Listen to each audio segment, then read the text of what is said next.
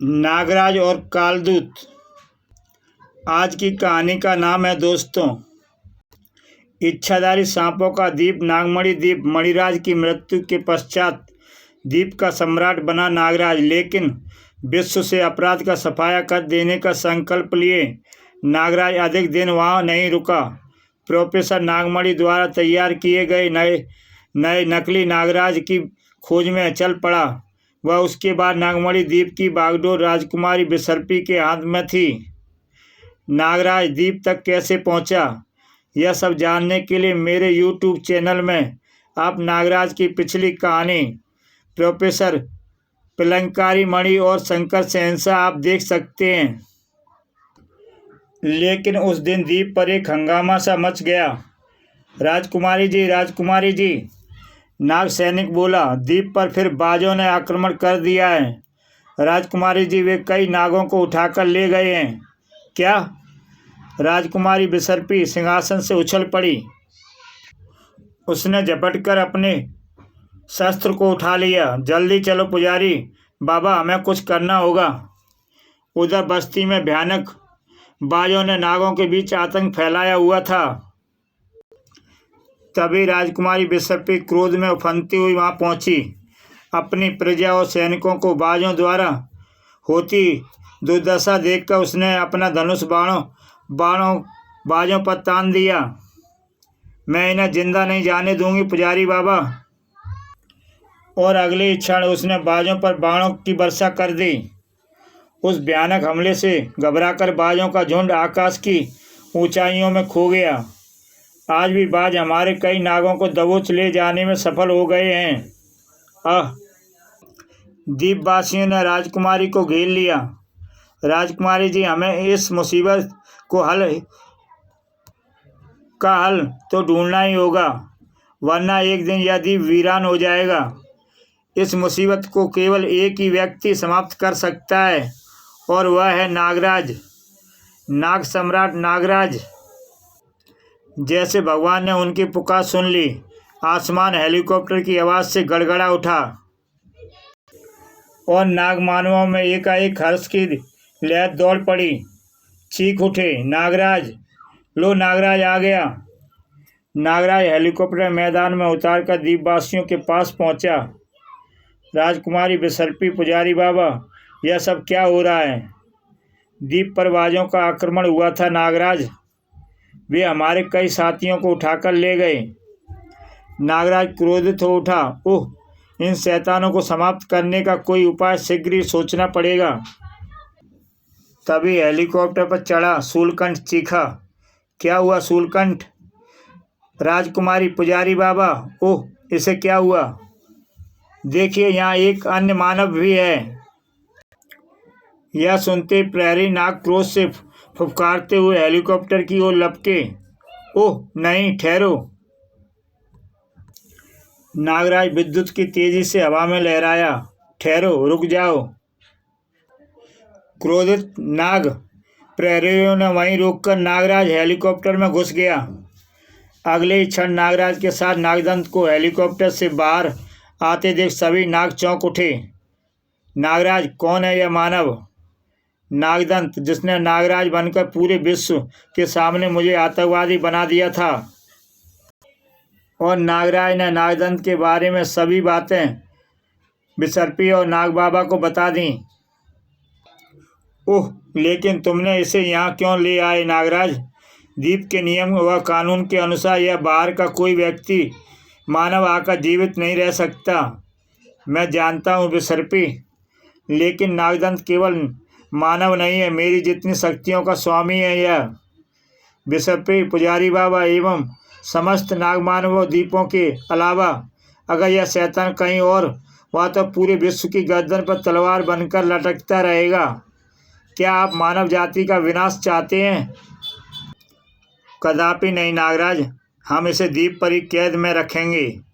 चलो नागदंत। शीघ्र ही पुजारी बाबा उन्हें लेकर बस्ती से दूर बनी एक झोपड़ी के पास पहुँचे। नागराज, यह है इस द्वीप का कारागृह। भुजंग भट्ट, संभालो अपने नए कैदी को। अगले ही क्षण भुजंग भट्ट ने नागदंत को कारागृह में धकेल कर द्वार बंद कर दिया। चलो नागराज, यह भुजंग भट्ट की कैसे बचकर नहीं निकल सकता। रात गिर आई थी। नागराज नागदंत की तरह निश्चिंत हो चुका था। नागमणि द्वीप के निवासी नागराज की वापसी का जश्न मना रहे थे। बताओ नागराज, शूलकंठ जीतेगा असीपक्ष? थोड़ा धीरज धरो राजकुमारी, अभी हार जीत का फैसला हो जाता है। कभी शूलकंठ मध्य रेखा की तरफ बढ़ता हुआ प्रतीत होता, कभी असीपक्ष। एक दुरंत शूलकंठ और असीपक्ष के बीच जारी था। वह दूसरा भुजंग भट्ट की कैद में पड़े नागदंत के दिलोदिमाग के बीच में। मुझे हर हालत में आज रात ही इस कैद से बाहर निकलना होगा। दूर हट जाओ मेरे शरीर से, अब मुझे इस कैद से आज़ाद होना है। और अगले ही पल अपनी असीमित शक्ति से उसने नागरस्सी का बंधन तोड़ दिया। और फिर नागदंत एक मामूली सा प्रहार ही उस कारागृह का दरवाज़ा तोड़ने के लिए काफ़ी था। नागदंत को इस कागज़ की जेल में कैद किया है नागराज ने। अभी उसे भुजंग भट्ट को भी देखता हूँ। कहाँ है बे भुजंग भट्ट? लगता है डरकर भाग गया। नाग के रूप में विश्राम कर रहा भुजंग भट्ट यहाँ ललकार सुनकर फुफकार उठा। शीघ्र ही वह नागमानव के रूप में आ गया। सावधान नागदंत, मैं तुम्हें कैद से भगाने नहीं दूंगा, कैद से भागने नहीं दूंगा। और अगले ही क्षण भुजंग भट्ट की पूंछ की फौलादी टक्कर नागदंत की छाती पर पड़ी। फिर भुजंग भट्ट ने नागदंत को संभलने का मौका नहीं दिया। अब तुम्हारी हार निश्चित है नागदंत। भुजंग भट्ट की इस दाव में फंसकर नागदंत ने अपनी जान निकलती सी प्रतीत हुई। तभी नागदंत ने एक अमोघ शस्त्र का प्रयोग किया, जहरीली फुकार, जो एक हाथी को भी मौत की नींद सुला देने के लिए सक्षम है। उफ, यह क्या किया शैतान, मुझे कुछ दिखाई नहीं दे रहा। भुजंग भट्ट लड़खड़ा गया और उधर लड़खड़ा गया असीपक्ष। इधर शैतान नागदंत ने भाला उठा लिया था। अब तुम्हें तुम्हारी निश्चित हार यानी मौत से कोई नहीं बचा सकता भुजंग भट्ट। उधर शूलकंठ ने विजयश्री प्राप्त की। असीपक्ष हार गया नागराज। हाँ, शूलकंठ जीत गया। इधर घायल हुआ भुजंग भट्ट को नागदंत भाले से गोंदता चला गया और फिर घायल भुजंग भट्ट को तड़पता छोड़ वह भाग निकला। अंतिम सांसें गिनता हुआ भुजंग भट्ट नाग रूप में आकर रेंगता हुआ नगाड़े पर चढ़ गया। मुझे मरने से पहले नागदंत के भागने का समाचार नागराज तक पहुंचाना होगा। और फिर वह अपनी आखिरी सांस तक नगाड़े पर फन पटकता चला गया। उधर नागराज ने शूलकंठ की विजय पर तालियां बजाईं।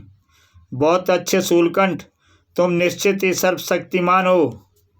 और तभी वातावरण नगाड़े की आवाज़ से गूंज उठा। चौंक उठा नागराज। पुजारी बाबा, यह नगाड़े की आवाज़ कैसी? नागराज, लगता है भुजंग भट्ट किसी विपदा में है। शीघ्र ही वे कारागृह तक पहुंच गए। ओह, महाबली भुजंग भट्ट तो मृत पड़ा है। हाँ, नागदंत फरार हो गया। और अगली सुबह नागमणि द्वीप पर नागदंत की खोज प्रारंभ हो गई।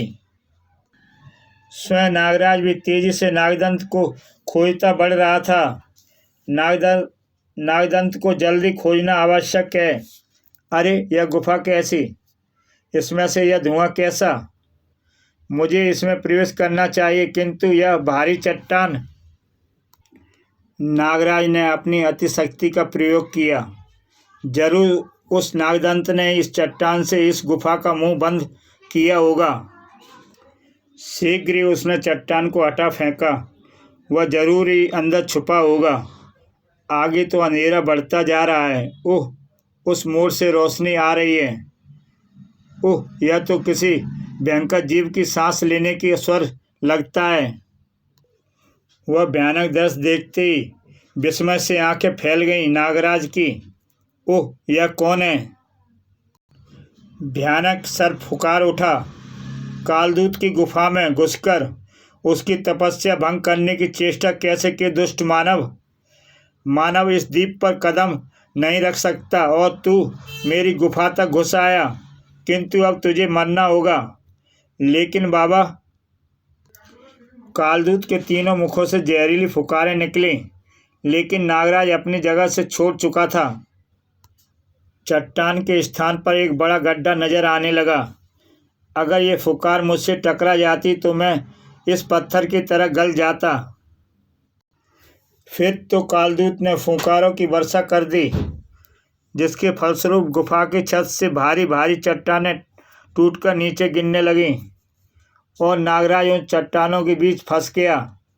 बड़ी फुर्ती दिखाकर बच रहे हो बेटा, अब बताओ कैसे बचोगे। मेरी बात तो सुनिए बाबा, मैं इस द्वीप का। तुरंत ही कालदूत ने फिर उस पर हमला किया। नागराज ने एक बड़ी चट्टान उठाई और विष के उस गोले की तरफ उछाल दी। उफ, ऐसे कब तक बच पाऊंगा मैं। नागराज ने जैसे बलशाली के भी आज दांतों तले पसीना आ गया। कालदूत की अगली फुकार का सामना उसने अपनी जहरीली फुकार से किया। आज मौत निश्चित है नागराज। दोनों के टकराने के परिणाम स्वरूप कालदूत की फुकार ने अपना थोड़ा सा रास्ता बदल दिया, किंतु फिर भी वो नागराज के कंधे को झुलसा गई। ओह! नागराज को लगातार अपनी पूंछ से बचता देख कालदूत ने उस पर अपनी बलशाली पूंछ का प्रहार किया। बहुत खेल लिया रे मानव, अब तेरी ई लीला यहीं समाप्त करता हूँ।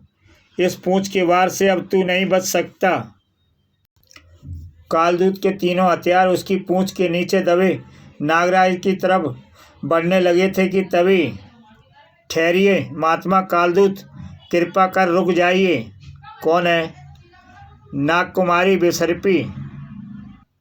तब विसर्पी ने बताया, यह नागराज है महात्मा, नागमणि द्वीप के सम्राट नागराज। क्या? एक मानव नागमणि द्वीप का सम्राट? यह विलक्षण मानव है महात्म। सैकड़ों नाग मानवों के सम्मुख कुल देवी का आशीर्वाद मिला है इसे। विसर्पी ने नागराज के सम्राट बनने की सारी कहानी कह सुनाई। तब, ओह, अगर ऐसा है नाग सम्राट नागराज, तो हम तुमसे इस भूल की क्षमा चाहते हैं। मुझे शर्मिंदा ना करें महात्म, लेकिन मेरी एक जिज्ञासा अवश्य शांत करें महात्म कि आप कौन हैं और यहाँ क्या कर रहे हैं। नागराज, मैं इस द्वीप का कदम रखने वाला पहला इच्छाधारी नाग हूँ, जिसने दुनिया भर के इच्छाधारी सांपों को अपने तपोबल से इस द्वीप पर लाकर आबाद किया। दुनिया भर के सभी सांपों से संपर्क बनाने के लिए यह तपस्यारत था। आज दुनिया का प्रत्येक सांप मेरी आज्ञा मानता है। लेकिन तुम्हारे चेहरे पर यह परेशानी के भाव क्यों हैं महात्म? एक खूंखार अपराधी नागदंत हमारी कैद से निकल भागा है, हम उसे ही ढूंढते फिर रहे हैं। ओह, केवल इतनी सी बात? आओ मैं तुम्हें दिखाता हूँ कि नागदंत कहाँ है। दिखाइए महात्म। शीघ्र ही कालदूत ने अपने मुंह में से एक मणि उगलकर हाथों में ले ली। नागराज, अपनी इच्छित वस्तु की कामना करके इस मणि में देखो। नागराज ने मणि हाथ में लेकर नागदंत का नाम लिया ही था कि मणि जगमगा उठी और उसमें दृश्य बदलने लगे। कुछ ही देर बाद मैं इस द्वीप से नागराज की कैद की तरह ही फरार हो जाऊंगा। तभी, अरे यह एकाएक अंधेरा कैसा छाता जा रहा है। और जैसे ही नागदंत ने आसमान की ओर देखा, अरे इतने विशालकाय बाज, ये तो मेरी तरफ आ रहे हैं। बाज तेजी से नागदंत पर झपटे, लेकिन वह जमीन पर लेटकर बच गया।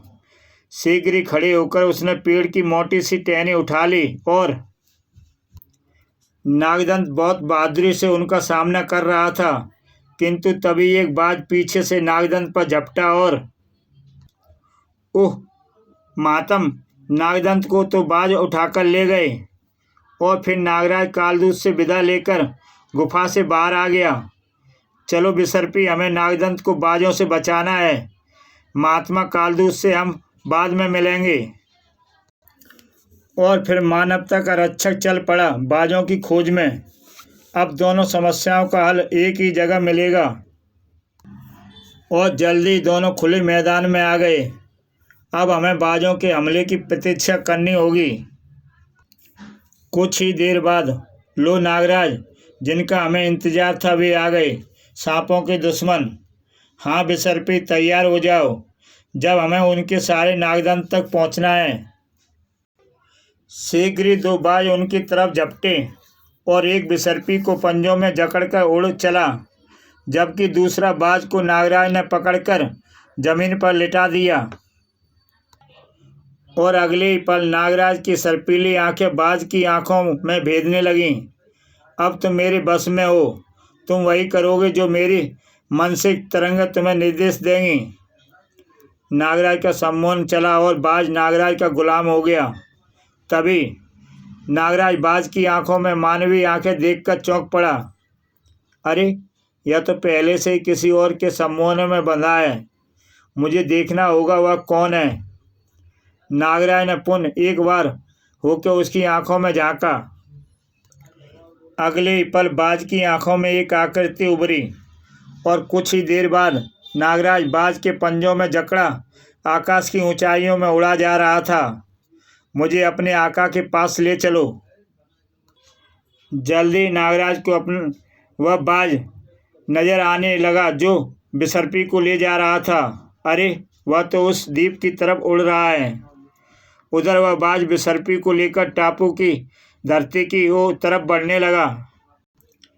अगले ही पल वह एक विशालकाय बाज की मूर्ति के ऊपर मंडरा रहा था और फिर मूर्ति की खुली हुई चोंच के ऊपर पहुंचकर उसने बिसर्पी को उस बाज के मुंह में छोड़ दिया। नागराज वहीं एक पेड़ पर छिपा इस दृश्य को देख रहा था। ओह, यह क्या बला है। ना जाने इस मूर्ति के गर्भ में क्या है और बिसर्पी किस हाल में होगी। दिन में इन आदिवासियों को छेड़ना ठीक नहीं होगा। पहले देखता हूँ कि बिसर्पी को छोड़कर यह बाज कहाँ जाते हैं। और अगले ही पल वह पुनः बाज के पंजों में जकड़ा उड़ा चला। शीघ्र ही वह वहाँ पहुँच गया। ओह, इतने सारे बाज और यह गैंडा, यह जरूर इनका प्रशिक्षक होगा। नागराज को एक पेड़ पर छोड़कर बाज पिंजरे के दरवाजे से प्रविष्ट हो गया। ओह, अंतिम बाज साउल भी आ पहुंचा। इसका मतलब आज दो बाज मारे गए और बाजों के प्रशिक्षक बाजुली ने जाने के बाद हूँ तो मुझे इन बाजों को ख़त्म करना है, किंतु कैसे। तभी अचानक उसके दिमाग में एक विचार आया। वाह, अगर मैं इसके पीने के पानी में विष मिला दूं तो यह सब पानी पीते ही समाप्त हो जाएंगे।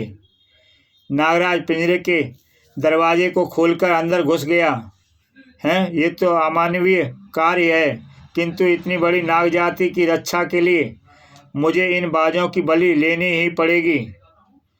किंतु उसके अंदर घुसते ही बाजों ने शोर मचाते हुए उस पर हमला कर दिया। नाग जाति की रक्षा के लिए नागराज उन 50 खूंखार दरिंदों के बीच घुस गया था। उफ, अरे, इनके शोर मचाने से इनका प्रशिक्षक सतर्क हो जाएगा। बाज अपनी चोंच व पंजों से उन पर हमला करने लगे। उफ, मुझे अपनी आंखें इनके प्रहारों से बचानी होंगी। बाज का घातक प्रहारों से मुस्कुराते रहते हुए आखिर नागराज ने पानी को अपनी फुंकार से विषैला कर ही दिया। किंतु तभी धड़ाक, पीछे से नागराज पर एक जोरदार वार हुआ। यह था बाजों का प्रशिक्षक बाजुली, जो बाजों का शोर सुनकर वहां आ पहुंचा था। कौन है रे दुष्ट, बाजुली के बाजों को मारने आया है? इन शैतानों को तैयार करने वाले शैतान, तुझे यहाँ तेरी मौत खींच लाई है। और फिर वह पिंजरा एक अखाड़ा बन गया, जिनमें एक तरफ नागराज था तो दूसरी तरफ 51 पहलवान। सावधान बाजुली। शक्तिशाली प्रहारों के फलस्वरूप बाजुली उछला और किंतु बाजुली फुर्ती से उठा और दोनों भिड़ गए एक दूसरे से। दोनों ही शक्ति में एक दूसरे से बढ़कर थे, परंतु नागराज को साथ ही बाजों का भी सामना करना पड़ रहा था। टक्कर बेजोड़ थी दोनों की। नागराज बाजुली का भी सामना कर रहा था और मौका मिलते ही बाजों को भी मार रहा था। नागराज सिप का फंदा बाजों की जान बहुत आसानी से ले लेता था। अब की बार नागराज ने एक तीर से दो शिकार का एक अनोखा तरीका निकाला। उसने बाजुली को उठाकर बाजों के झुंड पर उछाल दिया और बाजुली की भीमकाय शरीर के नीचे दबकर एक दो वहीं धराशायी हो गए। चमत्कारी शक्तियों का मालिक बाजुली अब क्रोध से कांप उठा। अरे दुष्ट, अब बहुत खेल हो चुका, ले बच अब मेरी मानसिक शक्तियों के प्रहार से। और उस जबरदस्त मानसिक शक्ति के प्रहार के फलस्वरूप नागराज उछलकर दूर जा पड़ा। कड़ाक! उफ, यह तो बहुत खतरनाक है। और अगले कुछ ही जबरदस्त प्रहारों ने नागराज को बेदम कर दिया। नहीं नहीं नहीं, क्यों, ले अब मर इस घातक शक्ति से। कितना घातक था वह वार। बाज की आवाज़ भी ना निकल पाई और उसके प्राण पखेरु उड़ गए। नागराज की शक्ति जवाब दे चुकी थी। वह खड़ा ना रह सका। बचा लिया तुझे इस बाज ने बेटा, पर अब नहीं बचेगा। उफ, लगता है बचूंगा नहीं, दिमाग से काम लेना होगा। बाजुली उसकी तरफ बढ़ा। बाजुली ने नागराज को बाहों में कसकर जैसे ही उसे पलटा, नागराज ने घातक विष उसके मुंह पर उगल दिया और नागराज का यह अचूक वार बाजुली को महंगा पड़ा। वह त्यों कर गिर पड़ा और बेहोश हो गया। अब नागराज अपनी पूरी शक्ति बटोर कर खड़ा हुआ। मुझे अभी और शैतानों का सामना करना है। फिर नागराज काल बनकर उन बाजों पर टूट पड़ा। नागों की मौत के दूत बाज नागराज की विषैली फुकार का सामना ना कर पाए। उफ, ये दोनों आखिरी हैं।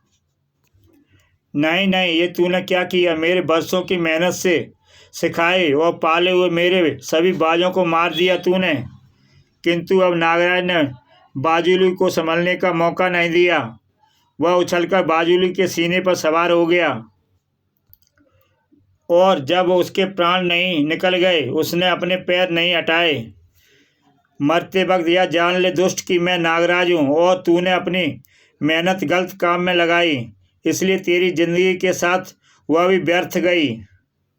फिर नागराज उस बेमिसाल अखाड़े में से 51 पहलवानों को मारकर विजयी होकर बाहर निकल आया था। ओह, रात गिराई। लड़ते लड़ते शाम हो गई थी। नागराज एक दिशा में बढ़ चला। आज उसे काम भी बहुत थे। चलो, बाजों का संकट तो हमेशा के लिए टला, पर अब मुझे विसर्पी नागदंत व अन्य नागों को ढूंढना है। कुछ देर बाद, अरे, यह तो मैं समुद्र के किनारे पहुंच गया, किंतु यह चमक कैसी। यह तो कोई जहाज है और कबीले वाले भी मसाले लिए यहाँ खड़े इशारे कर रहे हैं। रॉकी, फटाफट स्टीमर उतारो और आइलैंड पर पहुँचो। और जल्दी। रॉकी का स्टीमर द्वीप के किनारे आ लगा। आओ रॉकी साहब आओ, इस बार तो बहुत माल है आपके लिए। हम भी तो माल लाए हैं तुम्हारे लिए सरदार कंगालू। नागराज हैरान था यह सब देखकर।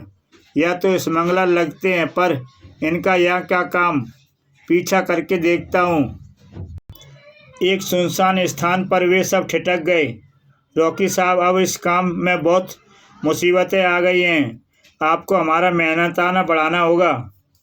जरूर, मैं बॉस से बात करूँगा। एक आदिवासी ने बढ़कर जमीन पर लगा एक ढक्कन उठाया। चलिए रॉकी साहब, आपको आपका माल दिखा दें। और नागराज के देखते ही देखते वे सब उस रिक्त स्थान में समा गए। अरे, यहाँ तो सब अंदर उतर गए। फिर नागराज भी उसमें उतर ही गया। कोई बहुत बड़ा रहस्य लगता है इस द्वीप पर। कोई खतरनाक खेल खेला जा रहा है शायद। और यह दृश्य देखकर तो दंग रह गया नागराज। यह देखिए रॉकी साहब, कैसे शानदार नाग पकड़े हैं इस महीने हमारी बाजों ने। अब आप इन्हें ले जा सकते हैं। चाहे तो इनकी खाल बेचे, चाहे विष, चाहे ऐसे ही बेच दें इन्हें। नागमणि द्वीप के सैकड़ों नाग वहाँ शीशे के बक्सों में कैद थे। उफ, तो ये लोग पोचर्स हैं, सांपों की खाल बेचने वाले। किंतु एक पेटी में नागदंत भी बंद था। अरे यह क्या, कंगाल सरकार, पेटी में आदमी? हाँ राकी साहब, शायद यह इच्छाधारी नाग है। हमने इसलिए इसे आज़ाद नहीं किया और यह आज ही पकड़ में आया है। तभी एक गनमैन जोश में बोल पड़ा, राकी साहब, मुझे पता है यह कौन है। यह नागराज है, नागराज, अपराधियों का काल। बॉस इसे देखकर बहुत खुश होंगे। रॉकी साहब, नागराज? अच्छा, प्रोफेसर नागमणि का आविष्कार। ठीक है, इसे संभाल कर ले चलो। तत्पश्चात वे पेटियां बाहर निकाली जाने लगीं। रॉकी साहब, अगली बार हमारा ध्यान रखिएगा। जरूर। परंतु अगली बार शायद आने ही नहीं थी। आगे बढ़ते आदिवासियों के सामने सांपों की दीवार खड़ी थी। आए, इतने सांप, ये बाहर कैसे आ गए? डर के मारे इतने सांपों के साक्षात दर्शन से कईयों के हाथों से तो शीशे की पेटियां छूटकर जमीन पर बिखर गईं। आज नहीं छोड़ेंगे ये, बरसों का बदला लेंगे हमसे ये आज। और फिर शुरू हुई जंग सांपों की और इंसानी रूप शैतानों की। जबकि नागराज, आओ नागकुमारी बिसर्पी। देखते ही देखते नाग ने मानव रूप धारण कर लिया। नागराज, तुम यहाँ अलग खड़े हो। अरे तुम तो बहुत घायल हो। हाँ नागकुमारी, किंतु मैं अलग नहीं खड़ा। मैं राखी पर नज़र रखे हुए हूँ, जो नागदंत को लेकर भागने की फिराक में है। उधर चलो, जल्दी चलो, सब गड़बड़ हो गई लगता है। पर इसे तो हम बचाकर ले ही जाएंगे सीप में। लेकिन नहीं, रुक जाओ रॉकी साहब, अब एक कदम भी आगे बढ़ाना नहीं। चौंक उठा रॉकी। फिर भी उसने नागराज पर गोलियों की बौछार कर दी। आए, एक और नागराज। किंतु उसे लगा कि उसकी गन से नकली गोलियां भरी थीं, क्योंकि उसके चेहरे पर पड़ने वाले नागराज का प्रचंड गुस्सा उसे असली लगा। फिर दोनों आदिवासी भी पेटी फेंककर नागराज पर झपटे। खच्चाक, दोनों ने भाले नागराज के जिस्म में पेवस्त कर दिए, किंतु नागराज के बार वह भी ना सह सके। नागकुमारी बिसर्पी ने दौड़कर वह भाले नागराज के पेट से बाहर खींच लिए। ओ नागराज, ये क्या हुआ? कुछ नहीं बिसर्पी, मुझे इन घावों से कुछ नहीं होता। मेरे घाव अपने आप ठीक हो जाते हैं। रॉकी ने मौका देखकर गन सीधी की और नागराज ने बिसर्पी को धक्का देकर बचा ही लिया उन जानलेवा गोलियों की बौछार से। हट जाओ बिसर्पी, हट जाओ।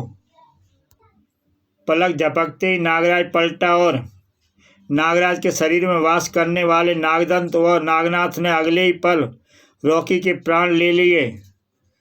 तभी वातावरण स्टीमर के इंजन की आवाज़ से गूंज उठा। ओह, यह स्टीमर में कौन भागा? नागदंत। अरे नागदंत कहाँ गायब हो गया?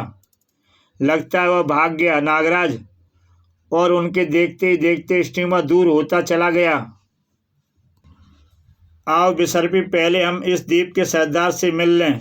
चलो नागराज।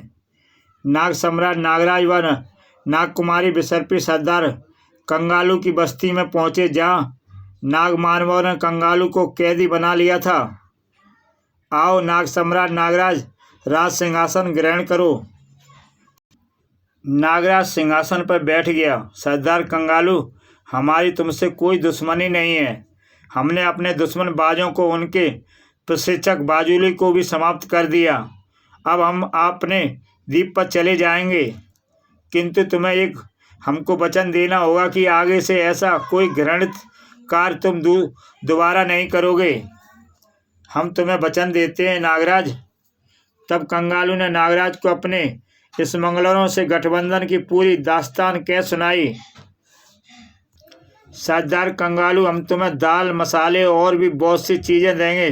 बदले में तुम्हें हमें सांप देने होंगे, सैकड़ों हजारों सांप। फिर उनके बताए तरीके से हमने तुम्हारे द्वीप से सांप पकड़े। चोंच में छोड़ा गया सांप सीधा नीचे जाता और वहाँ रखी पेटी में गिरता, जिसे हमारे आदमी बंद कर देते।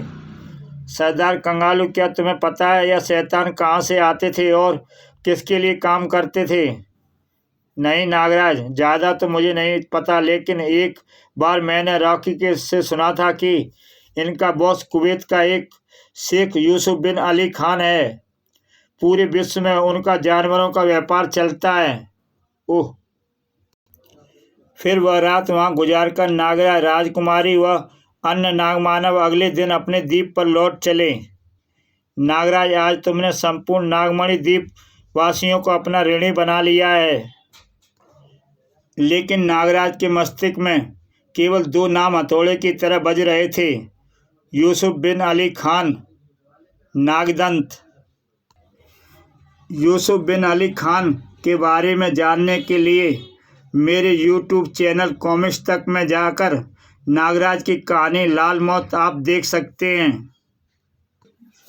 इसी के साथ दोस्तों यह कहानी यहाँ समाप्त होती है।